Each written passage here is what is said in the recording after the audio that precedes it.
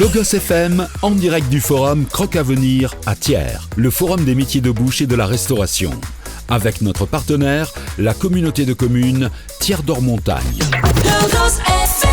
Et nous voici de retour sur l'antenne de Logos FM pour vivre la deuxième édition de Croc Avenir, organisée, on vous rappelle, par la communauté de communes Thiers d'Or et Montagne en partenariat avec notre radio. On va tout de suite recevoir sur notre plateau Franck Thaïlandier. Bonjour. Bonjour. Merci beaucoup d'être avec nous. Alors vous êtes coprésident de la Fédération des bouchers du Puy-de-Dôme, c'est ça ? C'est bien ça. Alors déjà quelques chiffres peut-être à nous donner.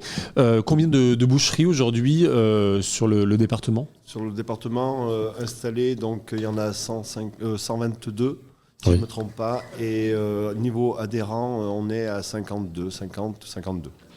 Alors donc plus d'une centaine de boucheries répandues sur le département. C'est des petites boucheries, on imagine, traditionnelles de coin de rue qu'on retrouve. Hein. Alors là, c'est toutes des petites boucheries artisanales dans les coins de rue.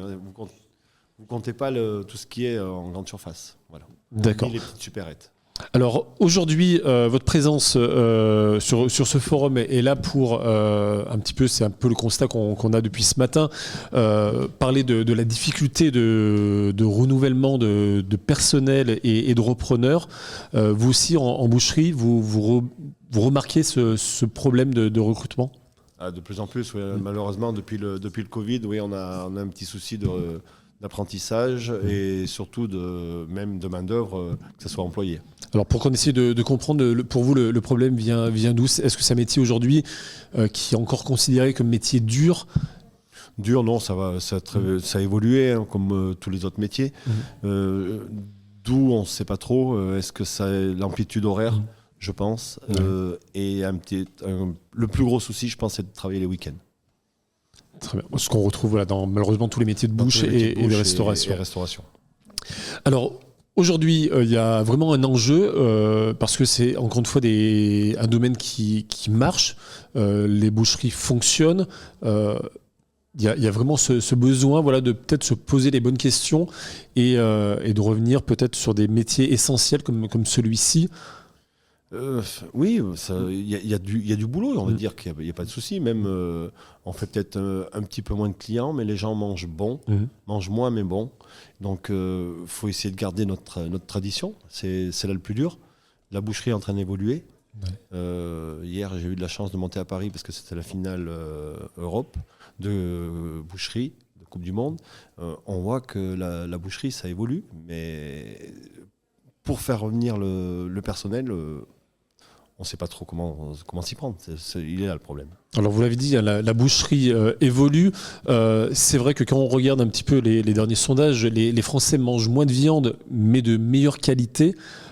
C'est là aussi où il y a une carte à jouer pour les futurs artisans bouchers. Pour nous, les artisans, oui, bien sûr. Je pense que moi, je le ressens déjà chez moi. Le panier a baissé, mais on vend mieux sur la matière première. Et c'est pas travaillé pareil par contre. Beaucoup en petite quantité, beaucoup d'individuels.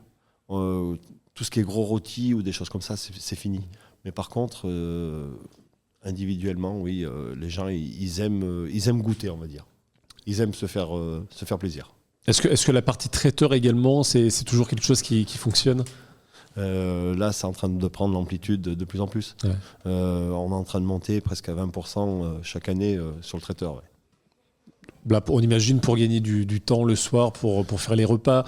Beaucoup de gens ne veulent plus cuisiner, donc on a de la chance. C'est pour ça que la pure boucherie en elle-même, on n'en a plus. Faut travailler, faut faire de la préparation bouchère à côté. Si on fait de la préparation bouchère à côté, je pense qu'il y a des cartes à jouer. Alors là, le cursus pour un jeune qui voudrait se lancer dans la boucherie, vous travaillez beaucoup avec des apprentis, hein, c'est ça ? Tout à fait, donc CAP en 2 ans. Après, vous pouvez faire un BP, 2 ans aussi. Après, une mention complémentaire. Et après, vous pouvez faire un BM. BM, donc, rappelez-nous. Brevet de maîtrise, pardon. Très bien. Et toujours en 2 ans. Très bien. Voilà. La boucherie, c'est un petit peu comme ce qu'on va retrouver en boulangerie. Il y a aussi des bouchers qui sont nommés, en tout cas qualifiés à des hauts niveaux. Pardon, vous avez, si on veut, on peut passer le meilleur apprenti de France. Voilà, c'est ce que j'allais dire, le meilleur apprenti. Voilà. Là, il y a déjà ça. Ouais. Après, vous pouvez passer le MOF, meilleur ouvrier de France. Et donc, au-dessus, après, vous avez... Non, on ne peut pas. Mais sur la région, on a des boucheries qui sont justement... Alors, en boucherie, nous, en MOF, on n'en a pas. Ouais. En Haute-Loire, il y en a. Meilleur apprenti de France, on a. On a la chance, ici, aujourd'hui, qu'on a Manon, qui est sur le stand avec nous, qui a été meilleur apprenti de France. Voilà. Très bien. Et c'est la première des filles qui a eu ce titre. Ça peut peut-être motiver à venir aujourd'hui ici au lycée Germaine Tillon pour découvrir, voilà, ce métier, cette personne et son savoir-faire. Qu'est-ce qui pourrait, si vous avez la possibilité tout de suite de parler aux jeunes, qu'est-ce que vous avez envie de leur dire justement pour les inciter, en tout cas au moins à découvrir ce qui peut être proposé au niveau de la boucherie? Ils ont des formations de 3 jours, il ne faut pas hésiter à aller ouvrir les portes des établissements, que ce soit la boucherie ou en fait, on va dire tout ce qui est manuel. Ils arriveront à découvrir et à choisir leur métier.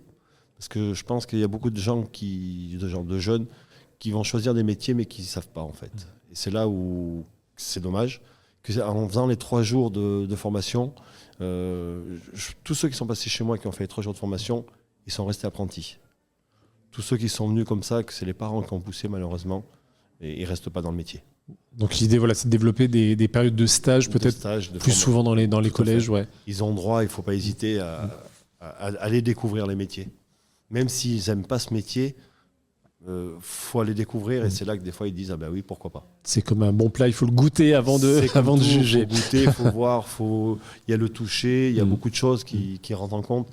Et après, comme je disais tout à l'heure, le boulot a évolué, donc il faut plus se lever à 3h du matin, les amplitudes horaires ont bien changé, on n'a plus de carcasse à porter sur le dos, c'est plus saigneux comme avant, la première chose qu'on a à faire chez nous, c'est l'hygiène, donc l'hygiène est là, ça fait partie du métier, pour beaucoup, tout ce qui est alimentation, et si on arrive à faire ça, on sera un bon boucher.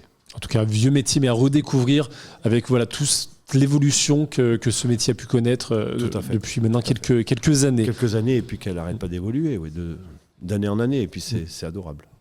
Voilà, en tout cas, ça donne envie de venir à votre rencontre. On vous rappelle que vous êtes aujourd'hui présent sur le Forum des métiers de bouche et de la restauration Croque Avenir, ici au lycée Germaine Tillon à Thiers. Merci beaucoup d'avoir été avec nous.